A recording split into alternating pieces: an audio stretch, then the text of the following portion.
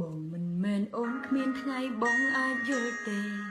ថាអ្នកស្មោកគេវាឈឺខ្លាំងប៉ុណ្ណានោះតើគេក្បន់បងវិញទៅយល់អង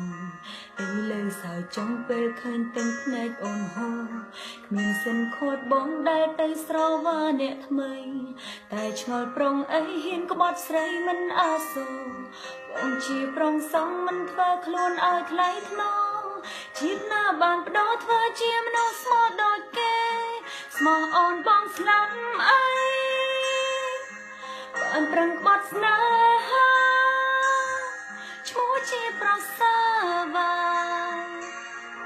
ពីរស់ណាស់មែនទេអូនសុំសួរដល់ឆាប់មានអាណិតអូនទេអូនក៏ជាមនុស្សដែរមិនធ្វើបាបអូន